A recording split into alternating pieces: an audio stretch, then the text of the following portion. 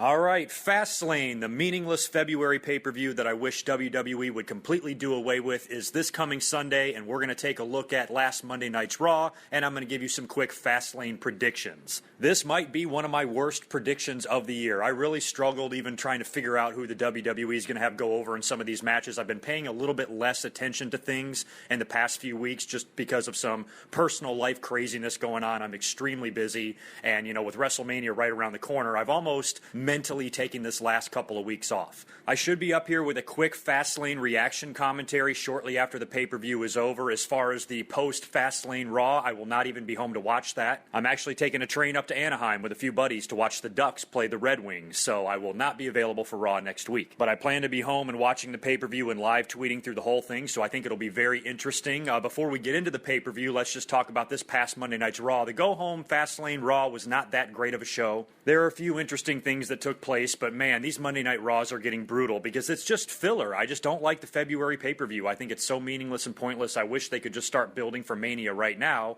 but they're not going to build anything for Mania until the night after Fastlane. So here we go with the same four guys that have been featured on Monday Night Raw every fucking week: Kane, Big Show, Roman Reigns, Daniel Bryan. It's exhausting. The show actually opened up in not that bad of a way. I didn't mind the John Cena promo that opened up Raw. First of all, it was 11 minutes long. That is a third of the time that most opening Raw promos have been lately with the Authority or Roman Reigns or Seth Rollins or whoever the fuck. Cena just cuts a short promo, very aggressive promo. Rusev and Lana come out there on the stage. They also cut a promo, and the whole thing ends with a great brawl. Cena runs up on the stage and viciously attacks Rusev, beats him and pounds him into the fucking dirt. It was pretty nice to see that side of Cena. Every now and then he'll bring that out, and it's always nice when he does, but as far as Cena goes, I don't want to hear any more complaining about this guy. First of all, he's in the opening segment of Raw, a very short opening segment, furthering his mid-card storyline with the United States champion, and then he was done. He wasn't on Raw 3, 4, 5 fucking times. He came out, he did his thing, and he was gone. That was it. Cena has been featured less than fucking Kane lately, the way it's been going. It's pretty interesting to see that, and as far as his feud with Rusev, I love the fact that he's challenging for the United States title. If he wants to build a legacy that mirrors Ric Flair with all of the title victories, Ric Flair won the U.S. title a time or two after he won the World Heavyweight title as well, so it might be cool to see John Cena win that belt. What if he brought back the old spinner belt? That's where the whole spinner belt originated, was when he was United States champion all those many years ago, something like 12. Unbelievable. And I'll get into my predictions in a little while, but I really wouldn't have any problem at all if John Cena won the United States title. Who fucking cares? If anything, that will elevate the United States title. Rusev has done a great job holding it, and if he and Cena can feud for it for a little while and trade the belt back and forth, that's just, to me, would be interesting, the way John Cena's been featured on top all these many years in main event after main event after main event, with a countless amount of world title victories, and now all of a sudden, out of the blue, he's feuding for the United States title and he might win it. I would have no problem with that at all. I wouldn't see that as an over-pushing of Cena. I would see that as something very cool and different, something I never thought I would see. That would be like when Bret Hart, when he won after he won his 5th WWE title, if he just randomly won the Intercontinental title again, a title belt that he helped make famous, and to see that belt back around his waist after so many years of being a world title contender, to me would have been weird to see, and I kind of feel that way about John Cena in a way. So just going on that fact alone that it would be different, I kind of hope John Cena wins at Fastlane and actually wins the belt, but I will get into my predictions in a little bit. Now, the main event of Fastlane, Roman Reigns versus Daniel Bryan, of course, the whole show was centered around these two guys again, and they were both going to have a singles match. Roman Reigns took on Kane, while Daniel Bryan did commentary, and in the main event of the show, Daniel Bryan took on the Big Show with Roman Reigns doing commentary. So just bullshit matches as usual to further this storyline and try to get them from point A to point B, so I think Roman Reigns won by countout, and then in the Daniel Bryan match, you know what, I missed the end of the show, but I did check out the brawl, so I don't know how the match ended. I'm guessing it ended in some sort of DQ or bullshit, but Daniel Bryan and Roman Reigns had a fantastic brawl. And even though the go-home Raw kind of sucked, this brawl really helped it at the end, and I thought it was a great way to end the show, and it was a great way to lead into Fastlane with this very interesting match between Daniel Bryan and Roman Reigns. I don't know how much I've even talked about this since they made the match, but to me it's interesting because Daniel Bryan is not completely out of it yet, and then the fact that they're still keeping him around and involving him in this babyface storyline with this guy that they're trying to launch as their next mega babyface John Cena type of star, they're putting him up against a guy that the majority of the WWE universe supports. So it's almost almost like, I don't know if they're really doing Roman Reigns any favors here, but part of me is starting to smell a possible Daniel Bryan heel turn. I mean, he was a little vicious. He hit Roman Reigns with the chair during the brawl and all of that. He's got a little bit more of an attitude and an edge to him. He's more of owning his spot now instead of being the underdog. He's the type of guy now that says, I deserve to be here. So he's undergoing a little bit of an attitude change, which I like in Daniel Bryan. But still, at the end of the day, and like I said, I'll get into my predictions in a minute, at the end of the day, I still see Roman Reigns going to WrestleMania. There is no way that Roman Reigns is going to be cast aside the way Batista was. The worst case scenario for Roman Reigns is it's a three-way, just like last year. There is absolutely no way that they will shove Roman Reigns aside and put Daniel Bryan in the main event against Brock Lesnar in a one-on-one match. No way in hell. So I think that leaves two major options. Either Daniel Bryan turns heel somehow, after maybe a loss to Roman Reigns or something like that, or the match ends in some sort of clusterfuck way that allows them to put Daniel Bryan in the match as well and make it a three-way at WrestleMania. Either way, Reigns is going. That is a 100% guarantee. The only way, like I said, Daniel Bryan will make it into the main event is if it's a three-way, which means some shit has got to go down in the main event of Fastlane. So maybe they throw a storyline swerve at us somehow. Maybe Bryan goes heel. Maybe Reigns goes heel. Maybe something happens. Randy Orton, we haven't seen him yet. He should be due back any day. I would expect him to have a match with someone, probably Seth Rollins, but maybe he can get involved in this thing. Something might have to go down to where it's not just a straight-up clean win, 1, 2, 3 for either guy. But if there was, it would be as simple as this. It would be a Roman Reigns spear and 3 count, and Roman Reigns goes on to face Brock Lesnar one-on-one at WrestleMania. So it's a really tough match to predict, but like I said, we'll talk about it in just a minute. A couple of other noteworthy things on Raw. Triple H had a promo about Sting. It's just, they just draw this shit out with Sting. It's just completely obvious. We understand this totally. It's going to be Sting versus Triple H at WrestleMania. The other week on Monday Night Raw, they were doing this angle to where they were wondering if Sting was going to appear on Raw to answer Triple H's request for him to appear at Fastlane. I'm like, wait a minute. They're building most of Raw around the fact that Sting might just appear just to tell us that he's going to appear again. It's just so fucking dumb. So we know this confrontation that will take place, because Sting did accept, this confrontation that will take place at Fastlane will be a challenge from Triple H to Sting to face him at WrestleMania. If the challenge doesn't happen there, some sort of a fight or a brawl will happen, and the challenge will take place the next night on Monday Night Raw. Either way, it's going to be Sting and Triple H at WrestleMania. We know that. I'm ready for them to announce the match and start building the heat for it. Speaking of heat, Triple H got a little bit of it by shoving down Ric Flair. Ric Flair interrupted Triple H's promo on Raw as Triple H was talking about Sting and got in the ring with him and tried to convince Triple H that Sting is not a guy to be fucked with, and Flair knows him better than anyone, and Triple H understood that and then shoves Ric Flair down, and basically just says, fuck you, I don't care what you say, I'm going to call Sting out, I'm not scared of him at all, and by the time I'm done with him, he won't want anything to do with the WWE. So all in all, it was a good segment, especially when you consider the Flair and Sting history and the Flair and Triple H history. That's a whole hell of a lot of history, and I wouldn't mind seeing the Nature Boy involved in this match at WrestleMania. I don't know if Flair could even handle being a guest referee. He's so old, but he could probably pull it off. They should have Flair involved somehow, because he's got a huge history with both guys. Seth Rollins and Dolph Ziggler also had a match that ended in a big clusterfuck with J&J Security and Ryback and Eric Rowan. Seth Rollins had some controversy during this past week as he had some naked pictures of himself leaked on fucking Twitter. I don't even understand the story. I guess what happened is he was hacked or something, and on his Twitter page or Instagram page or something, a naked picture of an NXT diva was posted. And his wife, somehow, I guess she was pissed off. Maybe they took that as he was having an affair. She retaliated by putting a naked picture of Seth Rollins on her Twitter. So the whole thing is just crazy drama. I feel bad for Seth Rollins on one hand, but on the other hand, I don't give a fuck. If you don't want naked pictures of yourself leaked, don't take a naked picture of yourself. I don't understand what possesses famous people. All of them, they have to constantly photograph themselves naked. I'm not famous at all. I've never taken one nude selfie in my whole fucking life, nor will I ever. But if I did, I would be of the understanding that this could now get out. And if this ever gets public, it could be embarrassing or whatever. But I'm not famous, so it wouldn't hurt me. But for Seth Rollins, who's working for a company like WWE, who's so fucking tight-assed about everything, the worst thing, the last thing you need to be doing is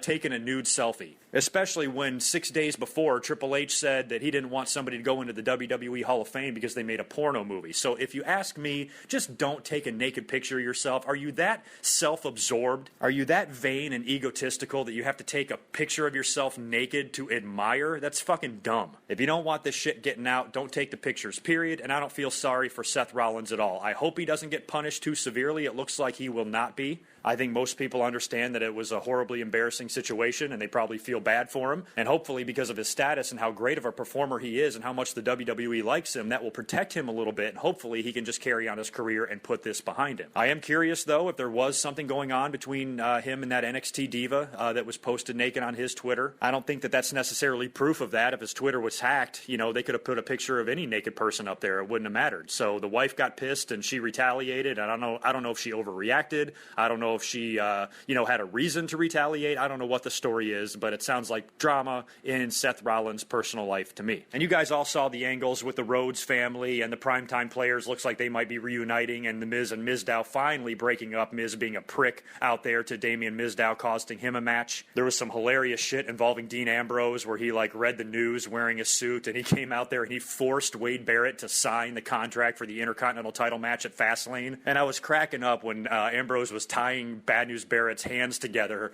and he grabs a pen and forces it in Bad News Barrett's hand and starts writing out his name, and Dean Ambrose is going, B-N.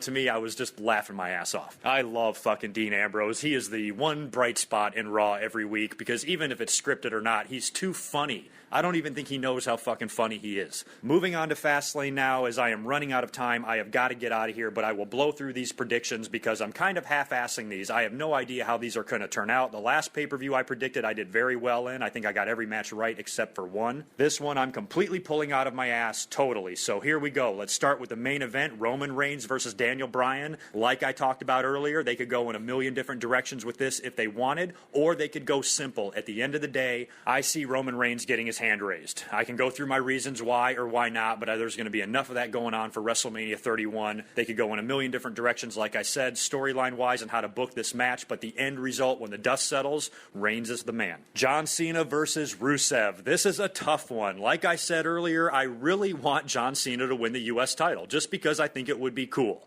But I'm going to predict something different. That usually I don't do this. Usually I predict a winner and a loser. I'm actually predicting some sort of a clusterfuck finish where there is no winner at all. Because these guys are clearly working a program together, and this is not going to be a one-and-done match. They must have a rematch at WrestleMania. Now, John Cena could win the U.S. title at Fastlane and then go on to drop it at WrestleMania. I would like to see John Cena lose this year at WrestleMania, but if Bray Wyatt couldn't beat him last year, I don't know how Rusev is going to beat him this year, but I do expect Rusev to get a victory over John Cena at some point. That makes me think he would be a likely favorite to win the match at Fastlane, and then they do a rematch and John Cena wins at WrestleMania. Now, whether or not the U.S. title is involved here, I have no idea. This whole feud could take place without John Cena even winning that belt. But if he did win that belt, I wonder, would he win it at Fastlane or would he win it at WrestleMania? There's just too many different ways to go, and my mind can't process the fucking shit, so I'm actually predicting some sort of a finish where it's definitely not a 3 count or a submission. Maybe they could exploit John Cena's eye injury somehow or do some shady shit to where Rusev is able to lock him in his finisher, and of course, John Cena being the guy he is, he does not give up, he just passes out. But if that's the case, it would be kind of hard for John Cena to even bother with Rusev after that if they want to have a WrestleMania match. So if there's a title change involved, then Rusev can get a rematch at WrestleMania. I don't know what they're going to do. All I know is these two guys will face each other at WrestleMania, so the match they have on Sunday needs to build towards that. So I imagine some sort of an ending where no winner is declared. Actually, I take that back. There could be a winner declared. I predict, here's another prediction I've never made before. All I know that's going to happen probably is there will be a disqualification or a countout of some kind. Maybe Rusev actually does win. Maybe he wins via countout or disqualification. So that's my new prediction. So scratch everything I just said. I'm not even going to edit that. I'm going to leave it all in for you. And I'm completely changing my prediction mid-commentary. And I'm predicting Rusev wins via disqualification or countout, but he will not win by pinfall or submission. So I just went from not knowing who the fuck was going to win that thing to knowing who was going to win and how. So how crazy is that? Dean Ambrose versus Bad News Barrett. Here's another tough one to predict. You know what I would love to see? I would love to see Dean Ambrose win the Intercontinental title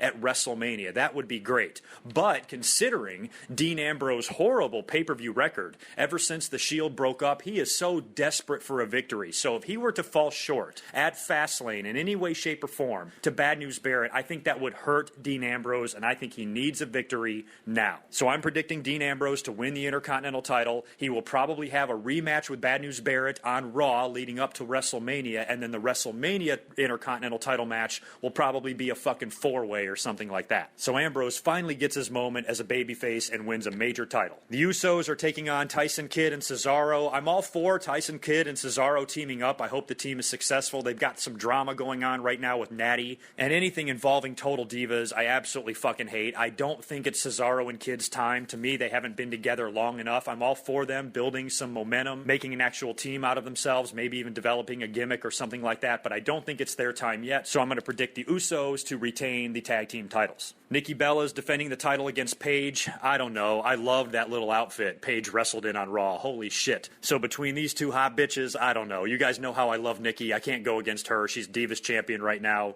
Pretty hot heel in the WWE, so I'm going to predict her to retain the Divas title. Now, am I missing any other matches? I think that's all I have. That's 5 matches plus the Sting and Triple H confrontation, which there's really nothing to predict there. The only thing we know is going to happen is a WrestleMania challenge is most likely going to happen. And like I said earlier, if it doesn't happen, a fight will, and the challenge will come on Monday Night Raw. I did also see that Paul Heyman is going to be a guest on Miz TV during the pre-show, so I'm sure he'll just be hyping Brock Lesnar, sitting around waiting to see who's going to win the main event between Daniel Bryan and Roman Reigns. But nonetheless, the good news is after this Sunday, we will officially be on the road to WrestleMania, and there will be some great TV ahead of us. We just got to get through this Fastlane pay-per-view, and hopefully the WWE will surprise us and give us a great show. Apparently the WWE Network is free for the whole month of February. They're trying to get a lot of people on board to subscribe to the network for WrestleMania 31, so it would be in WWE's best interest to give the fans a dynamite show. And I think the potential in-ring match between Daniel Bryan and Roman Reigns could be very good. So far, they've worked well together. The brawl on Monday Night Raw was awesome, and to me, I don't even really care who wins. I'm hoping the match is good. I'm hoping this is a way that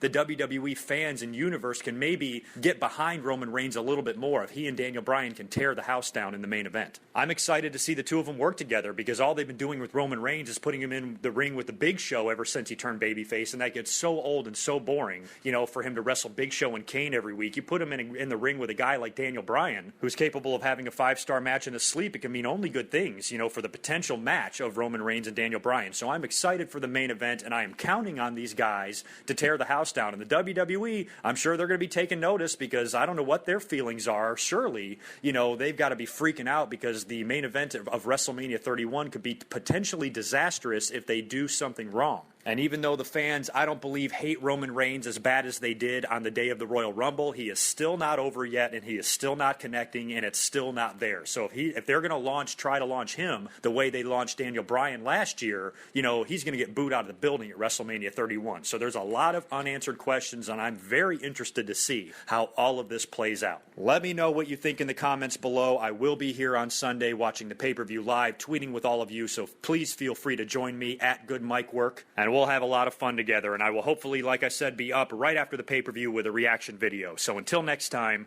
peace.